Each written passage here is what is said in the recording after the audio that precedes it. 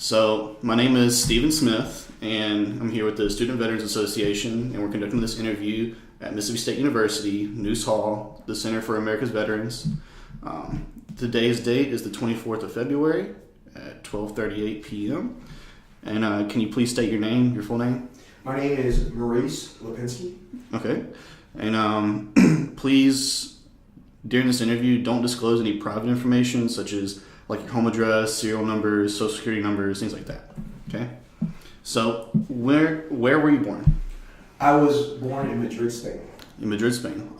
When is your birthday? January 17th. January 17th. 1980. 1980. Okay. And who are your parents and what they do? My dad, his name is Thomas Lipinski, and he was in the Air Force. He's originally from Pennsylvania. That's how I ended up being born in Madrid. My mother, her current name is Fong Barger. Her maiden name was Sritum. She's from Thailand. Okay. So I am a multicultural kid, I guess you could say. Yeah. So do you have any siblings? I have one younger sister. She's 14 months younger than I am. Okay. And does she have any military service? She does not. No. So before you entered into the military, what were you doing with your life? When I graduated high school way back in 1998, I went and I did a year at a vocational school. I thought I was going to be an electrician or something like that. And then that wasn't for me. Then I did a year at college. I decided I was going to be an engineer way back then. And I just couldn't afford it. There was no support financially from my parents because they couldn't help out for whatever reasons. Student loan was building up and it still wasn't enough. And I was working full time. So the Navy, they had something called the Navy Nuclear Program, which you got huge bonuses to join up and a lot of good technical training. So I joined the Navy in 2001, May of 2001. So did boot camp in Great Lakes. I was working at Walmart actually before then. And that's why I ended up joining, because I originally was never going to join the military. But life happens, and I needed to make a decision. I needed to make one quick. And at the time, the best decision was to join the Navy Nuclear Program. Okay. So, you joined the Navy, and you enlisted? You weren't drafted? I enlisted. You enlisted, yeah. And so why... You said you joined the Navy specifically because of the bonuses they were offering with the nuclear program? Yes, well, that was that was probably the second reason, right? Because there was enough money to pay off my student loans. So it was actually a funny story. I joined, so the main reason I joined was because of the technical training, right? Mm-hmm. Navy nukes can go make a lot of money in the real world right now. I joined basically for that. That was the main reason. The second reason was for the bonus. So, funny story, when everybody was getting their first part of their bonuses and they were going out getting brand new computers and brand new cars, I was paying off student loans. Yeah. So, nothing to show from that except I was debt free. So, that was pretty cool. Well, yeah, being debt free is pretty, that's a big thing. So, when you departed for training, like what was, do you remember going to boot camp and what all that entailed? I do. So, like I said, it was May of 2001, so I joined before 9/11. I remember being at the airport and our flight was delayed. We were supposed to get there like 6 or 7 that night. We, in the group I was with, and one of the guys in my group, he was prior Army. He was 24, 25. He was prior Army, joined the Navy. He got out of the Army, joined the Navy to become a corpsman because he was an infantryman in the Army. And I remember I was really excited. He was just kind of laid back and really calm, cool, and collected because he had already been through this before. And we got pushed back. Our flight did, so we didn't get to Chicago Airport. Was it O'Hare Airport? Yeah, whatever airport that is. We didn't get there until like 2 or 3 in the morning, and there was nobody there to greet us, right? So we ended up having to call the quarter deck for Great Lakes, and they sent somebody to come get us. And I remember, at that time it's 3 or 4 in the morning, and we get there, and we're going through processing, and we're all cranky, and the petty officers and the chiefs in charge are just trying to push us through because they weren't expecting to see us there, and strip us all down, put on what we call Smurfs, which is basically the blue, what's it called, PT gear. Okay. Right? It was the, what is it called? Sweats. There's blue sweatsuits. Oh, okay. Right? Okay. So we call them Smurfs because it's blue. So we put those on, and then we're just waiting in this big room to form up, waiting for more people to come in so we can form up to make a division. And I remember we finally had enough people to make a division. I was in a mixed division. So it was about 6 in the morning. And I had been up for just about 24 hours because we were expecting to be there like 12 hours prior.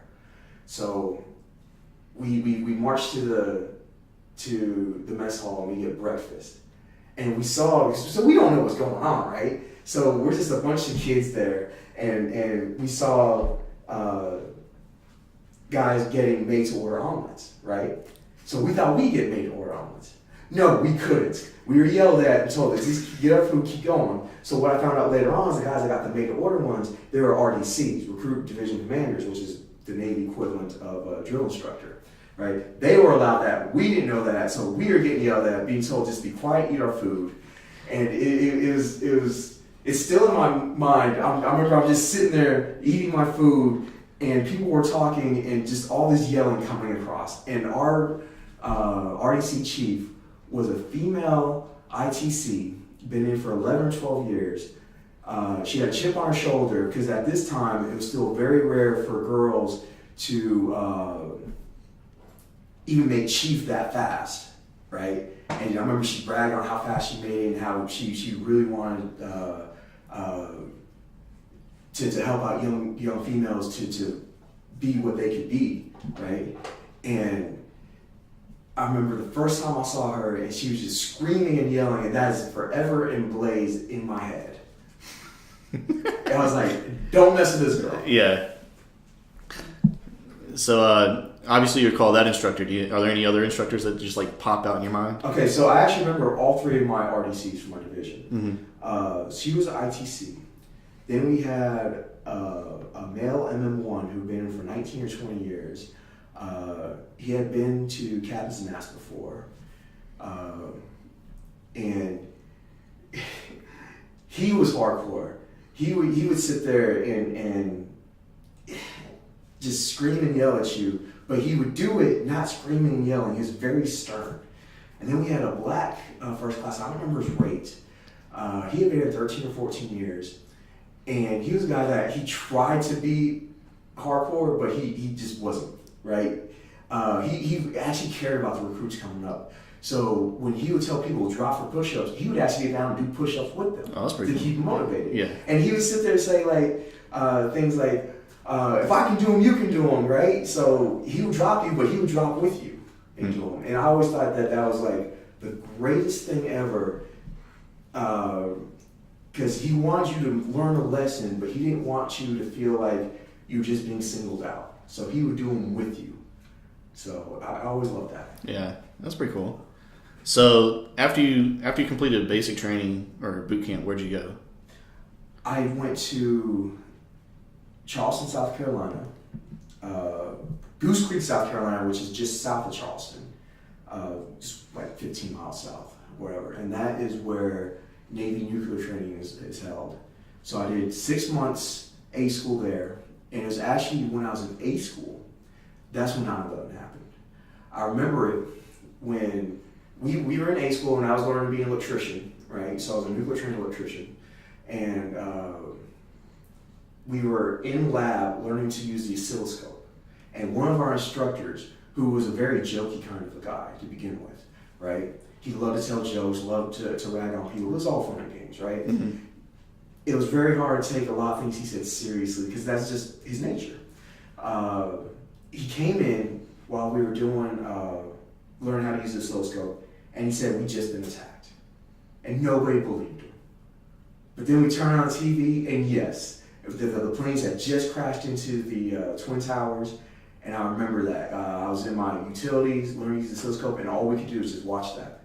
Yeah. And then the next few days on campus, a lot of the instructors were ready. They were waiting on getting their orders to get deployed, because a lot of them were submariners, right? Because there's only two types of vessels that the Navy uses now that's nuclear powered, and that's either the carriers or submarines. So a lot of these guys are submariners, because that's really the only shortage you can get as a nuke on a submarine. So him and several others had their sea bags packed, and they're just waiting on orders, and nobody knew what was going on. Were these guys going to get orders to get deployed out? What was going on? It ended up they didn't get orders, and they were still able to keep training, because that was more important to get more guys out there than take the experienced guys away. I remember when that happened, and I still had another year, because new training is a year and a half total before I could even get out there. And I just remember thinking to myself, I can't wait to get on my boat. I can't wait to get deployed out there. I can't wait to do all this stuff. Yeah, man. So other than your nuclear experience, did you have any more specialized training? Yeah, so I was in the Navy for 12 years, and I also did a deployment out to the Middle East in support, to the Gulf in support of OIF when I was on the USS Nimitz, which is an aircraft carrier. But in my long time in, I've also got shipboard laundry, shipboard electrical maintenance systems. I got command managed equal opportunity, quality assurance inspector. I've got a lot of classes and training, and some of those are very highly sought now, like the quality assurance and the command managed equal opportunity, because that's basically human resources, right? I've gotten a lot of good training, and not to mention the leadership trainings for third class, second class, and first class leadership trainings. So not just the new training, but I've gotten a lot of overall rounded training as well. Okay. How do you feel like you adapted to military life? Military life isn't for everybody. You have to be able to take criticism, but not take it personally. You have to be able to deal criticism and not be worried if the guy's taking it personally. There's nothing personal in the military. It's all professional. You have to be able to take and give criticism and actually do something with it. Some people just can't do that, and that's fine. It's not for them. Some people can excel at it, and they can get the job done.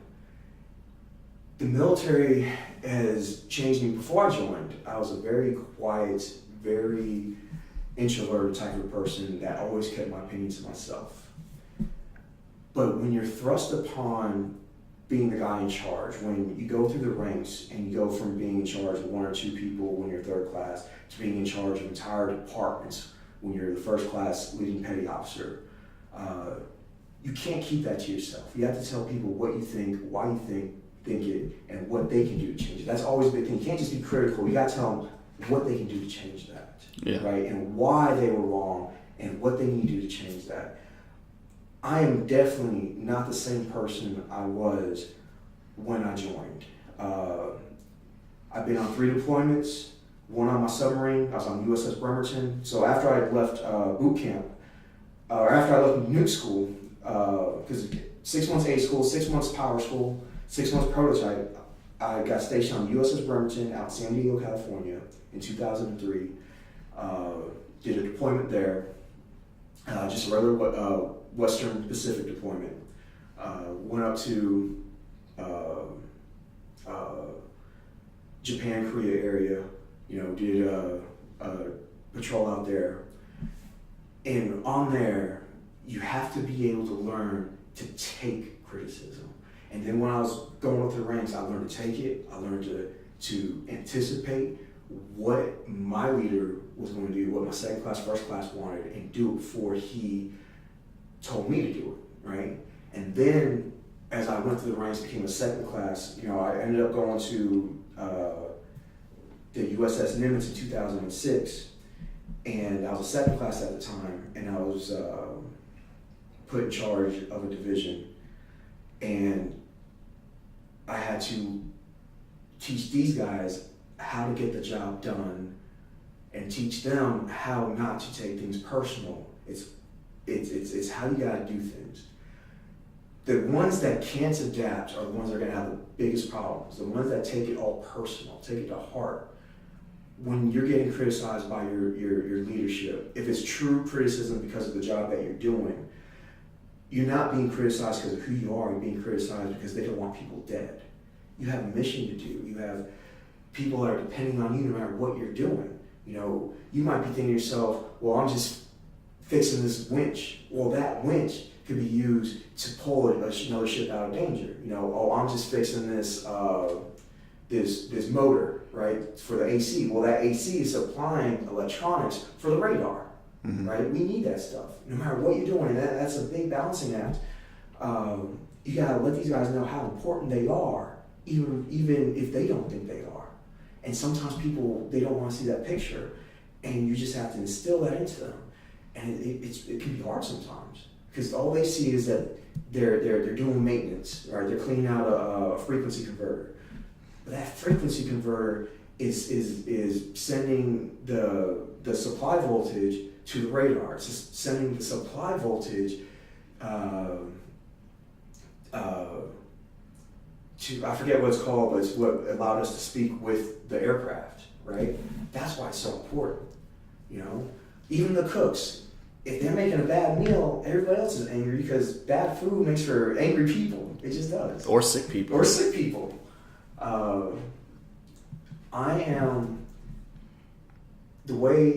I am not the same person, but I think I'm a better person. I think I'm the type of person that you give me that job, it'll get done, no excuses, right? If I genuinely can't do it, I'm gonna tell you why I can't do it, what I need to get it done. And I'll take that criticism you got from me, because if you're doing what you're supposed to do, that criticism is to make me a better person. I don't take a lot of things personal to heart because that's the nature of the beast. You can't. I remember when we were in the Middle East, so I was in charge of the electrical safety program for the ship. This is a 5,000 person aircraft carrier. I'm in charge of the entire safety program.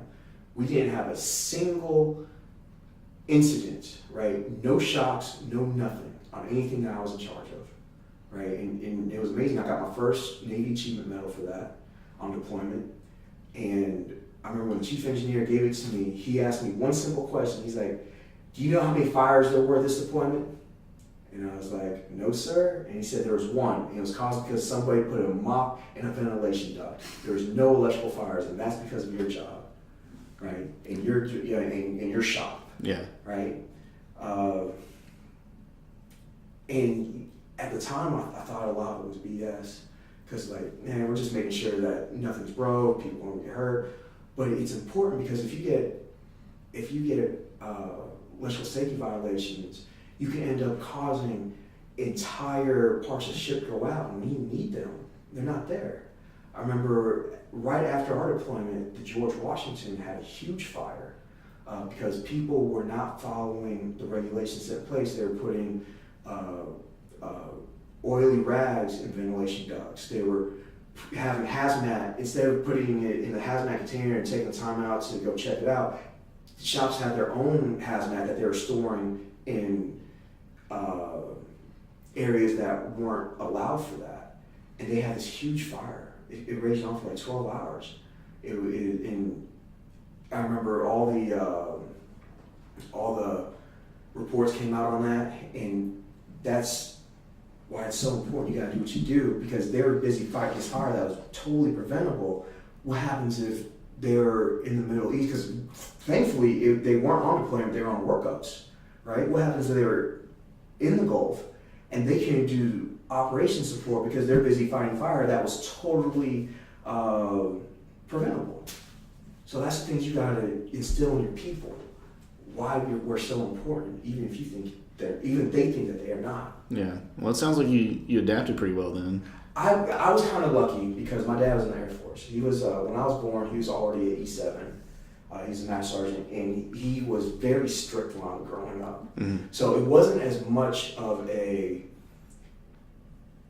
transfer over for me as it was for others, right? Because the way my dad raised me and my sister is to take responsibility for ourselves, because that's what you do in the military, right? And he was very stern and very strict, I guess you could say. I remember when I was growing up, guys would tell me, my friends tell me, man, your dad's real mean. But then I look at it and it's like, if it wasn't for him doing what he did, I wouldn't have been able to act as well as I did, and I wouldn't have been able to go up the ranks as fast as I did and get all the awards and stuff that I got. I wouldn't have been able to when I got off the Nimitz and I went to Italy. After I got out of Italy, I went to Balboa Naval Hospital in San Diego, and I was a junior first class there. There was about 50 people that worked in the facilities department. I got there, and after 2 weeks, the chief fired the first class that was in charge and put me in charge. Put me in charge of 5 other senior first classes and everybody else, because he liked how I did things better. And I changed that department around, and we had an increase in usable man hours, an increase in our recycling yard revenue, and chief loved it. And my department head, he wished that he could have kept me forever, but he couldn't. Yeah. Man. So, where all did you actually serve? You talked about going to Italy, going to San Diego. Where all right. was everything? So, of course, I did my basic in Great Lakes, Illinois, which is just outside Chicago. Mm-hmm. I did my 1.5 year nuke training in Charleston, South Carolina. In that area, it's actually Goose Creek, but it's just outside Charleston. Then I went to my first boat. I went to USS Bremerton. It was stationed out in San Diego, California. We did a deployment, Westpac. That Westpac, we did port calls to Japan, Saipan. I think that's really it. And Guam. Yeah, Guam. And then we did that deployment. We did a change at home port to Hawaii because we were doing refuel. So they were going to take the old core out of the reactor and put a new core in. So I was in Hawaii for 2 years. Then I got stationed onto the Nimitz, which was back in San Diego. So I went right back to San Diego, which I love San Diego. My entire job here, I keep telling myself the reason why I'm doing this here in school is so I can get back to San Diego one day. No, that's what you want to ultimately go? I ultimately want to go back to, if not San Diego, at least SoCal. Okay. SoCal. I love that area. I'd be willing to go to San Francisco or Sacramento, even though that's mid-California, but that's my ultimate goal. So went back to California on the USS Nimitz, stationed North Island, which is in San Diego. We did our first deployment was to the Gulf. So I was out there during OIF in 2007. Our Captain Mike Manazar. Well, first we had Captain Teddy Branch, and then right before the deployment, Mike Manazar took over, and his call sign was Big Nasty, right? Because he had that nasty stash, way out of regs, but nobody's telling the captain that. Yeah. Right? And he did his best to keep us motivated. His captain's calls were more like pep rallies. Like, he wanted people to sit there and scream and holler before he got there. And then, of course, when he was walking to the stage, we were all at attention. But once he got to the stage, he wanted to scream and holler again, right?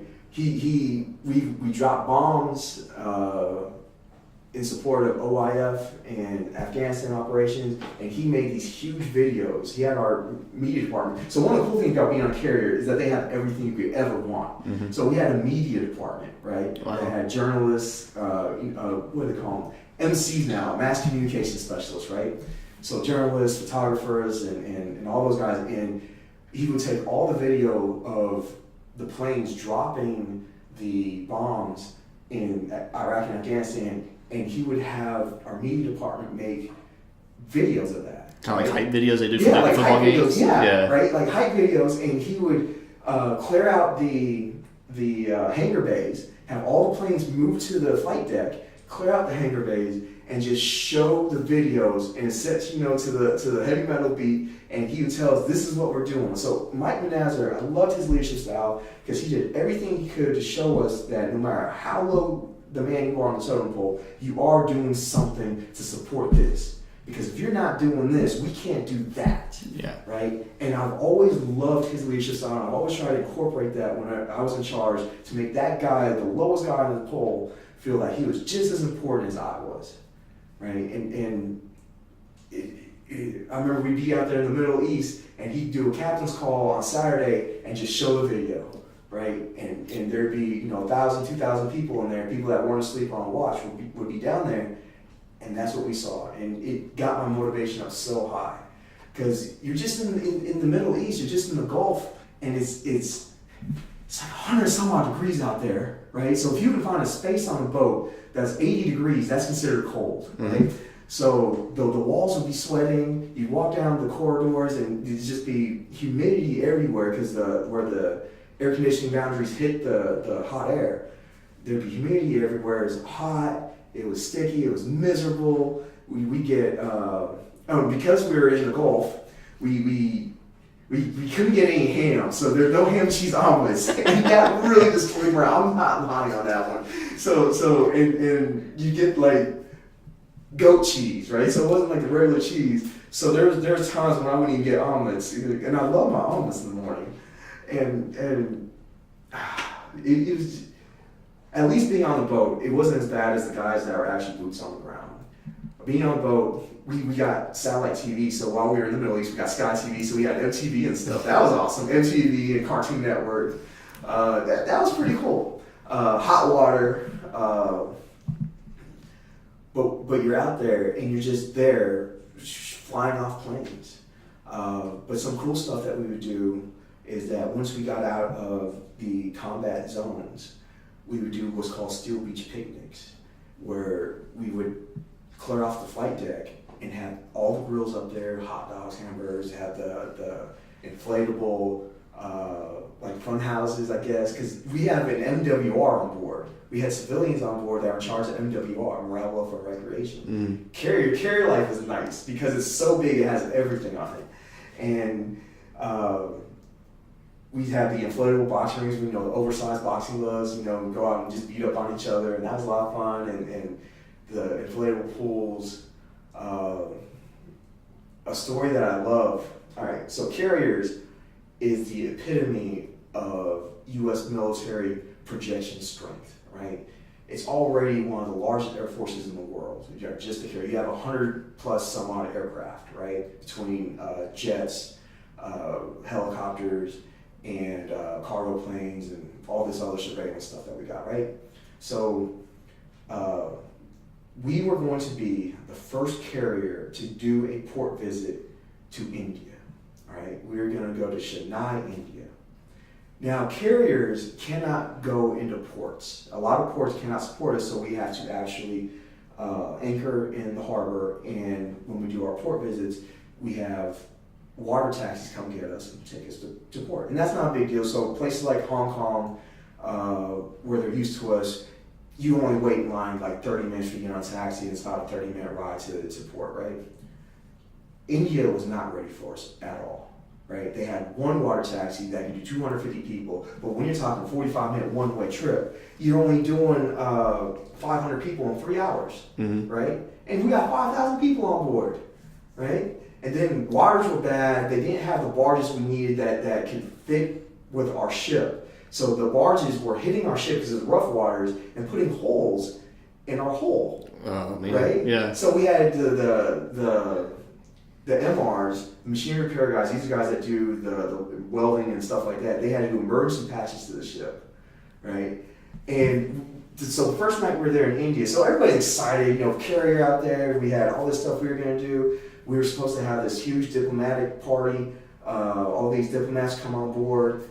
they couldn't come on board because the boat couldn't make it there. Yeah. So we had all this food and all this stuff. So the captain made a decision, give the food to the crew. And it was really good stuff. Oh, wow. So, yeah, I mean, this was stuff that was made for dignitaries and stuff, but they weren't there. So we ended up getting it. And Liberty was secured. It's supposed to be a Liberty port, but it was secured because we couldn't get off the boat. And I remember people that got off the boat, they couldn't get back on the boat, so they ended up sleeping on the pier. Dang. Oh, it was insane. You know, so on that deployment, of course, I was out there. When you're out there, when you're on deployment on a ship, it's like Groundhog's Day, right? You know you're doing good stuff, but you're not actually seeing it, right? So you're just doing your job, doing your work, making sure stuff is fixed, making sure stuff is going. It's like Groundhog's Day. And it's the same, you lose track of time. You don't even know what day it is anymore, right? You're just there. And that's why the captain wanted to do the hype videos and things like that. And it's very monotonous, you know, because you can't run drills when you're on station. So you're ready for everything. It's the whole, it's the entire military mantra of hurry up and wait, Mm-hmm. right? You know, and you're just there.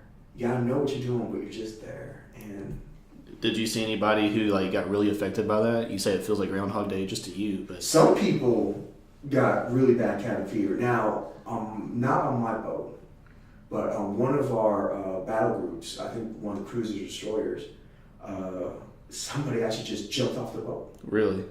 We went to River City, which that means is River City means there's no communications incoming or outgoing on the boat for the general crew, right? So email was secured, internet was secured. We had nothing, right? While we went looking for this guy, and we never found him. And it was the saddest thing ever. He couldn't handle it. I knew other guys that were on the edge like that because, like I said, it's hard to keep your guys motivated when you're on a boat because they don't see what's going on, right? They think it's all BS. They're like, why are we even out here? Because we're sending planes out there, you know, and it's really hard to keep your guys going, really hard to keep them motivated. And, you know, especially when you got the 18, 19-year-old guys coming up on board, kids, they just don't understand that. They just don't realize that, you know. My point of view is different than guys that were in the Army and Marines because they were there, they were getting fired at, they were actually, they could show why their guys were there. I couldn't. Yeah. And I impressed my chief engineer. So in the Navy, we have maintenance that we have to do, and then we have spot checks to make sure the maintenance was done, right? So the chief engineer, once a week, he'd do a spot check, right? And he was tearing through people. There was like 8 or 9 in a row that were failed. And he got to me, and my chief was like, Lipinski, you guys gotta do something, man. Because we don't wanna be part of that trend, right? Well, my guys were good guys, and I made sure they were trained. Not only did we pass that spot check, the chief engineer wrote good job on the back of the paper. Dang. We were the first ones in more than 2 months to pass the chief engineer spot check, making sure the maintenance is done, right? And that's the thing I gotta give to my guys. What we're doing is important. You know, think about that. That's something you put on your eval, right? You got a good job from the chief engineer. Nobody got that, right?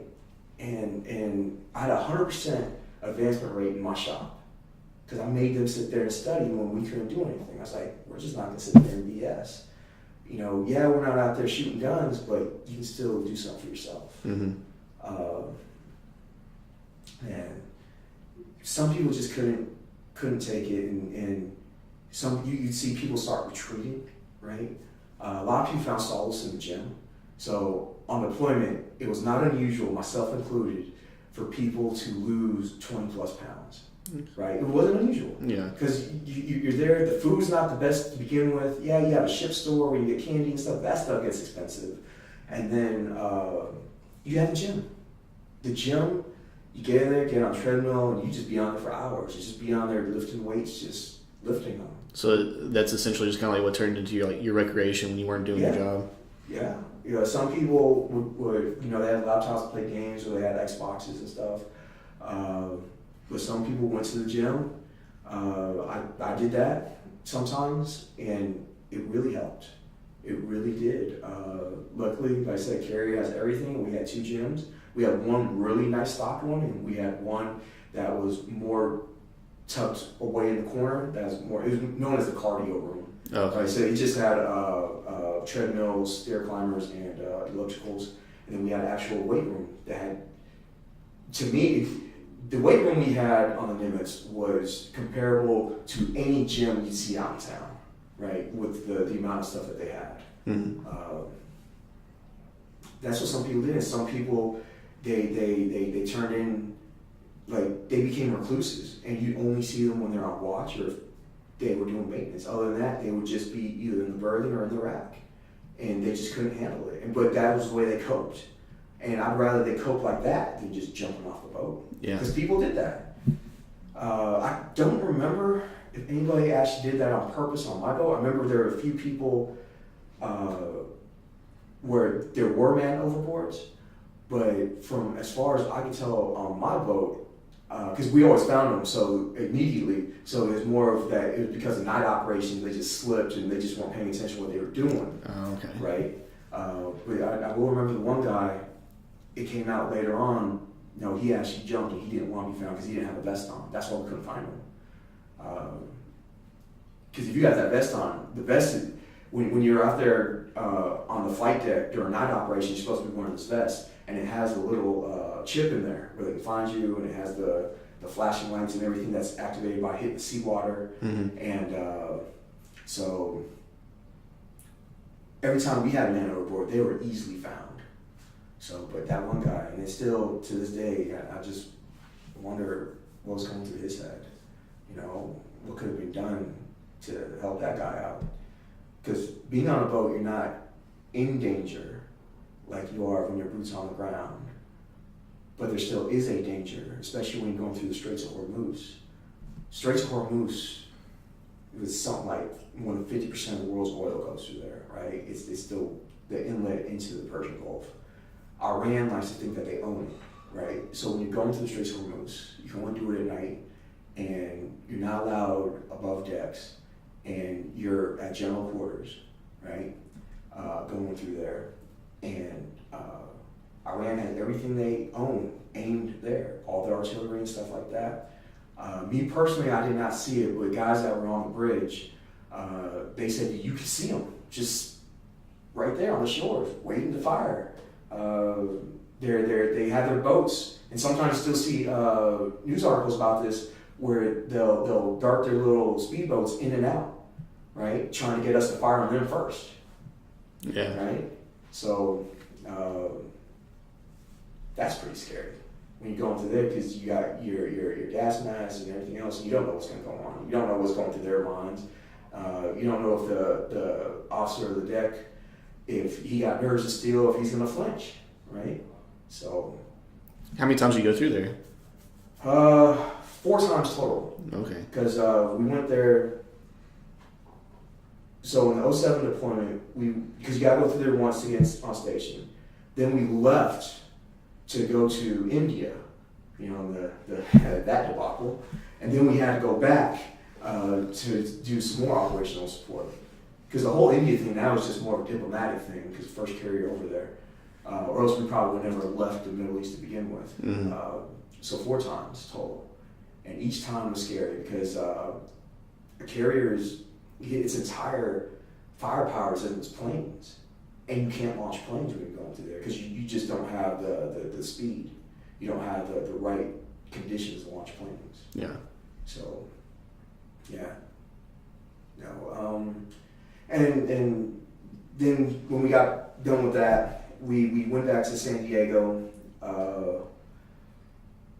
We were there for a few months doing the pier side availability. Then we did a surge deployment.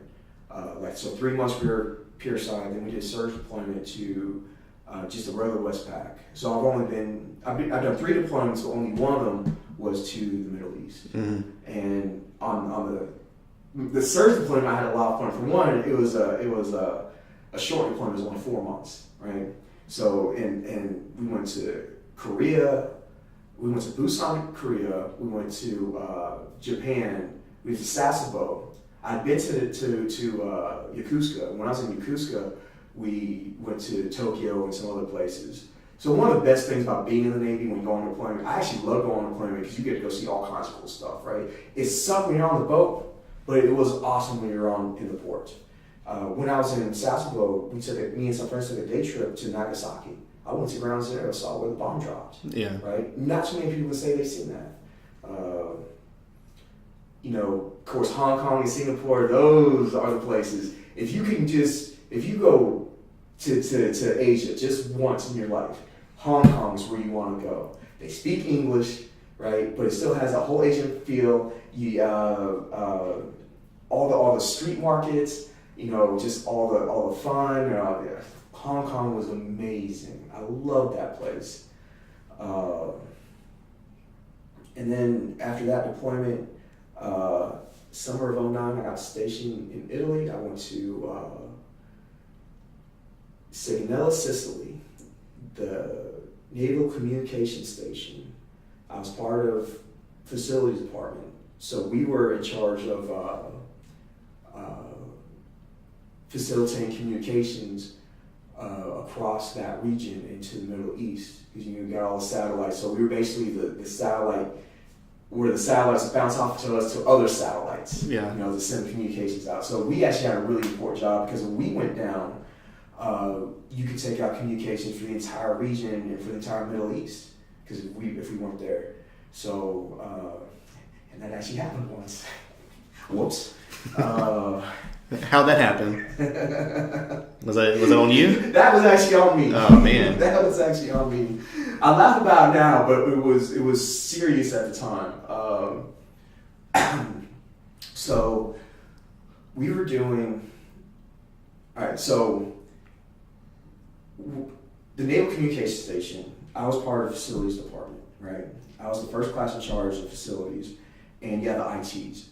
So my guys, we were in charge of maintaining the backup generators. So the base lost power, we had backup generators, right? So we wouldn't lose it. Then we had an uninterrupted power supply. We call it the up system, right? Mm-hmm.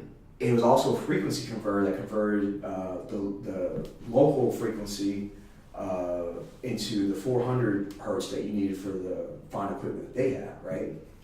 And even higher than that, I think it went into like the millihertz of what they needed, because a lot of that circuitry needs more of a DC than AC. So anyways, one day we were getting ready.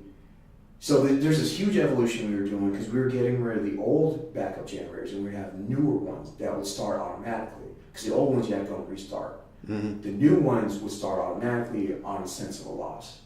So while we were prepping for this, we had when they were taking out the old generators, we had another like backup generator that was just on the ground. That was a temporary one, right? Well, we had to hook it up into the up system, right? So we were in shift work, and there's only 6 or 7 guys in my shop, or that were in charge of that, and we were doing shift work. And we took over, because there's a part there where you had to turn. So on the up system, you can actually disconnect it from the grid, and that's bad, because that feeds everything. Yeah. Right. But you also there's a way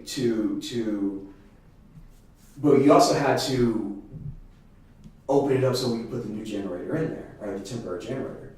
Well, there's all kinds of electrical and mechanical locks on there. And you have to go through this really long procedure to get through that, because you don't want somebody just go in there and just turn it off, right? Mm-hmm. There's a really long procedure, and you have to do it in the correct order. Well, when we did the turnover, I did the turnover with my chief, right? Because he was in charge of the day. I was in charge of the afternoons. I did the turnover with the chief, and he told me he was here, right? In a certain part in the procedure. And I had that confirmed by the other guy that they were there, right? So I'm reading the procedure off, right? So where they told me they were at, and I'm reading the procedure off, making sure that the other guy's doing it, and this is the switch where if you're not careful, will turn off power, right? So I tell them the order, turn that breaker off, right? But we thought that we had it going in an alternate route, right? Because there's 2 routes there. You have the main route and an alternate route. So when you do maintenance, it would still be providing power. Mm-hmm. So I tell them, turn out that breaker, right? Next thing I know, not but 5 minutes later, somebody from the one of the ITs come in and is like, hey, is there something wrong with us? Because we just lost power. Yeah. Right? The entire region, no communications, and no communications to parts of the Middle East. Man, how many people do you think were affected by this? Like, with no communications? Yeah, with no communications. Oh, thousands of them. Because you had entire units that all of a sudden they didn't have communications with their bases. The ships didn't have communications. Thousands upon thousands, right? Because we were part of almost the entire region. Yeah. So normally what happens is when one communication station is going down for a reason, right, for scheduled maintenance, other communication stations will pick up the slack, Mm-hmm. right? But we weren't supposed to go down, so nobody was picking up the slack. So for a good 15, 20 minutes, there's no communications until another station was able to finally pick it up. Yeah. Right? Man. So what happened is that the chief, he was at this part in the procedure, but he hadn't actually done it. But him and the other guy gave me the impressions that they did. I was like, you've done this. And it's like, yes, because there's another breaker that you're supposed to turn on if you turn this one off. Yeah. And they didn't do that. So, yeah, we lost power, and there's this huge investigation into it. And so from then on, what happened is that you couldn't switch over in the middle of a procedure, of that procedure anymore, Mm-hmm. right? Because it was just too confusing, I guess. But I was like, man, that's cheap, man. Come on. Set you up for failure. He set me up for failure. But it was my fault. I should have before I told him to switch that breaker, I should have manually inferred that other breaker was on. And Yeah. I didn't. So he set me up for failure, and there's this huge investigation. All these statements had to be done, right? And for a while there, I was never worried that I was going to go to mass for that one, Mm-hmm. right? Because I was following it. I was worried that the command was going to get a black eye on that, but it was just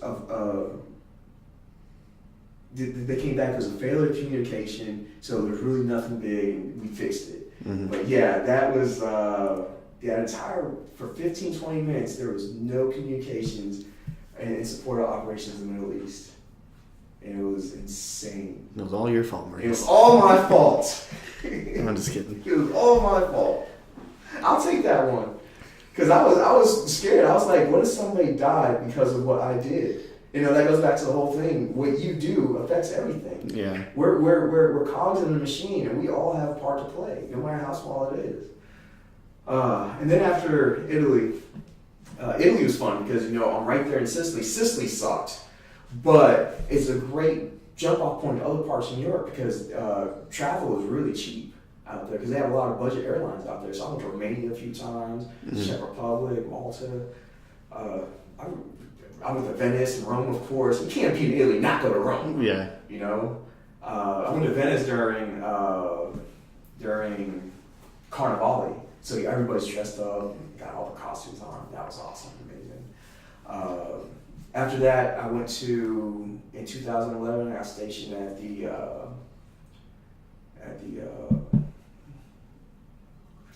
Balboa Naval Hospital back in San Diego. So I started off my career in San Diego in 2003. And I got out of the Navy in 2012 in San Diego. I finally left San Diego in 2013. So I was there for 10 years on and off. That was the longest I've ever been in one place in my life because my dad was in the Air Force, so I was always moving around. So that is my home, San Diego. Okay. And trying to get back there. But yeah, when I was in Balboa, that's where the chief fired the other guy, put me in charge of 5 other senior first classes. Yeah. And but it was time to get out. It was time to do something. I was still younger, to go out and do something with my life. Because right now, I can still, even though my undergrad's in engineering, I do want to go to law school. So if I can get past the bar by the time I'm 45, I can still go back into the Navy as a JAG. Oh, that's pretty cool. You have until you're 45 to be a JAG. So I can do that. So I want to get out when I was still young enough to do something with my life. I don't have anybody to take care of but myself. So the 9/11 GI Bill, which is the greatest thing to ever happen to veterans of that time period, is paying my way through. I don't have to worry about anybody but myself. It's enough to live on. It's not enough to live a grand life, but I'm not starving. Yeah. And I look back on my time, and there are times I miss it. There really is. What year was it that you said you got out again? 2012. And since then, how do you feel like you've adjusted to civilian life? It's hard. It's hard? It's really hard because when you're in the military, you're there, and you reach a certain level, and you're up there, and it's a culture, right? So once you get in there, it's not like a job, it's a culture. That's who you are, that's what you are. For a lot of veterans coming out, you can't tell them just turn it off. That's like telling somebody to stop being Filipino or to stop being Mexican. You can't just do it. It's your culture. That's who you are, right? And I found that no matter how much I think I've went down in my standards, it's still way higher than what most people have. It's just way up there on what I expect and what I do. It's really hard sometimes to adjust, and I'm glad I found the Veteran Center here, and there's a lot of other veterans here, and we all know what it's like, when we get to bitch, moan, and complain to each other, and it's great, and this is what I do, and sometimes it's really hard to adjust, and I just have to keep in mind that they don't have the same experiences I do. Yeah. So, do you have a message that you would like to leave for anybody, like future generations or people who would be probably listening to this interview in the future? If you do something with your life, make sure it's something worth doing that other people will want to know about, that other people will want to read about or write about, because at the end of the day, you don't want to sit there and be 60, 70, 80 years old and people are asking you what you've done with your life and you have nothing to tell them. Do something and make it worth doing. And it all comes to a head. If you have a plan in your life, no matter how bad it seems at that time, eventually it'll all come together and be what you want it to be. But you got to do that grind. Yeah. Okay. Well, Petty Officer, is there anything in this interview that we probably left out that you wanted to talk about? No, sir. No? All right. Well, I'm glad you were here with me today, and I didn't want to keep you too long. I know you have a meeting at 1:40. I didn't want to. You got a little talkative there, and I'm glad we were able to find an end. It felt like you had a lot more to talk about. Maybe we can have a part 2 to this. We can. I can go forever. I really need to get this advising done because school's important. Yeah. That's what I'm here for. Yeah. But I would love to do a second round. All right. Yeah. No problem. I have a lot more to say. Yeah. If you want to hear it. Yeah.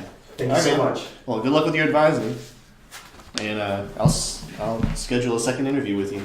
That's awesome. All right.